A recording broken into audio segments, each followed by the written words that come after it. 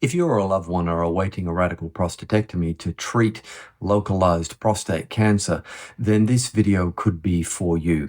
Hi, my name is Dr. Charles Schubert. I'm a urologist and director of the prostate clinic located on the Gold Coast here in Australia. In today's video, I wanted to break down for you the three most common questions that I get regularly at the prostate clinic from men who are awaiting a radical prostatectomy. As always, please, if you get benefit from the video, like, share, and subscribe to the channel. So the first question that I get is, will my surgery cure my cancer? And in essence, many men come to me and they think that surgery itself is a one-stop shop, and by removing the prostate itself, they have no risk at all of developing cancer again. Unfortunately, this is not the case. The probability of cure depends very much on the characteristics of someone's prostate cancer. We look at different aspects of their clinical profile to try to get an assessment of risk.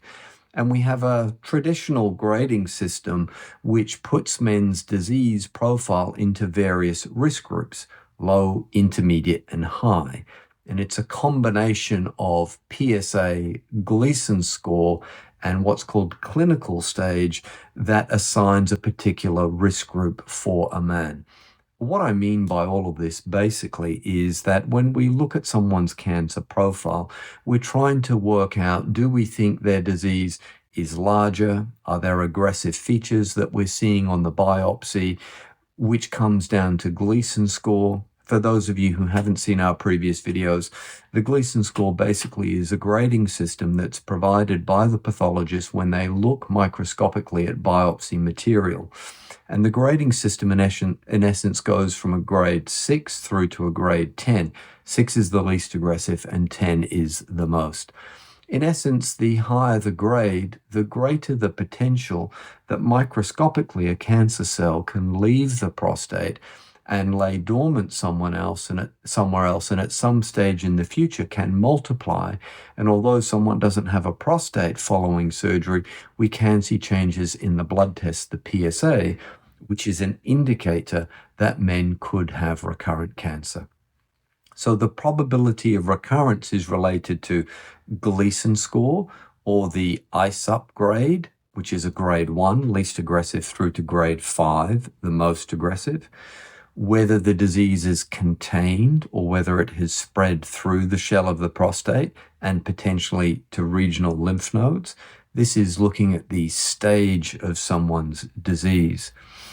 So those criteria influence very much probability of cure and probability of relapse. And it's important to appreciate that more aggressive features, irrespective of someone's treatment choice, carries with it a greater possibility of relapse and therefore a greater potential for requiring an additional or a salvage treatment at some stage in the future. If you'd like to be part of our growing community, please follow the link in the comment section down below and sign up to our free newsletter that comes out on a weekly basis, keeping you up to date with all aspects related to prostate health and various treatments that are available for men. Now back to the video. Now, the two other most common questions that I get relate to function. And these are obviously more of a concern, I would say, in my experience, for younger men than they are for older men, but they're still very important for the majority. The functional issues, number one, is continence. And what is the impact of surgery, of a radical prostatectomy, on someone's continence? Well, because of the position of the prostate, located deep in the pelvis, between the bladder, the base of the bladder, and the pelvic floor, when we remove a prostate, the pelvic floor is bruised, is slow for the majority of men to recover, and we also have stitches or sutures that hold the urethra onto the base of the bladder. All of this means that following surgery, the majority of men can experience incontinence.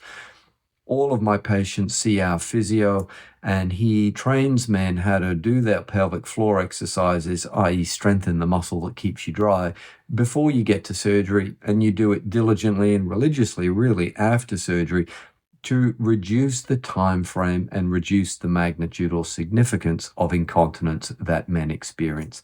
The majority of men are continent by about 3 to 4 months following surgery, but there are some outliers to this that do take out to a year to fully regain urinary control.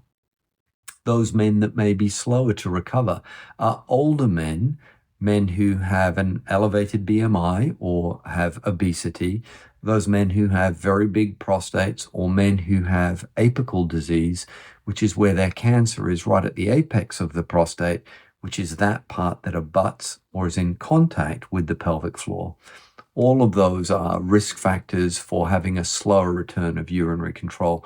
So if you are preparing to go down this journey, be mindful of your particular situation, and you may need to adjust your expectations when you're coming into treatment. The final question is, will having a radical prostatectomy affect sexual function? The short answer to that is yes. Sexual function is two things. It's ejaculation and also erectile function. Ejaculation is really driven, if you like, by the emission of fluid, and almost all of the fluid a man emits when he has an orgasm comes from the prostate and the seminal vesicles. We remove that with a radical prostatectomy, and therefore any orgasm is completely dry. Many men say to me it feels a bit weird, or it takes a bit of getting used to. Other men say it's less intense, less pleasurable, it's a little bit shorter. I think the key really is to appreciate that your ejaculation will feel a little different for the majority of men. Now, erections are multifactorial, meaning that the quality of a man's erection is dependent on a whole bunch of characteristics. And as men progress through life, aspects related to metabolic syndrome begin to become more common. Metabolic syndrome really is a constellation of symptoms characterized by increased weight as we progress through life, and it can have an impact on our sugar regulation, our blood pressure, our cholesterol, and all of that can have a negative impact on the quality of erections.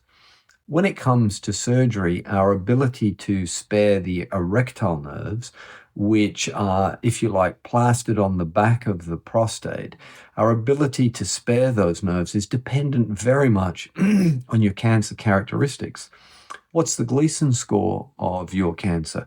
Where is your cancer located, and where is the proximity of that cancer to your neurovascular bundle, or that erection nerve? When we have more aggressive cancers that are larger and potentially through the shell of the prostate, if that is in the location of the erection nerve, then our ability to spare that nerve is reduced. When we look at our hierarchy of outcomes that we want to achieve, obviously, number one is cancer cure, number two is continent as soon as possible after surgery, and number three is sexual function where possible. If you found this video beneficial, please give it a thumbs up, subscribe to the channel. If you have a comment or a question, or if you're prepared to share your experience through a radical prostatectomy, please leave it in the comment section down below. If you want to know more about your prostate, have a look at this video here, or potentially this video here. And until the next time, take care of your prostate.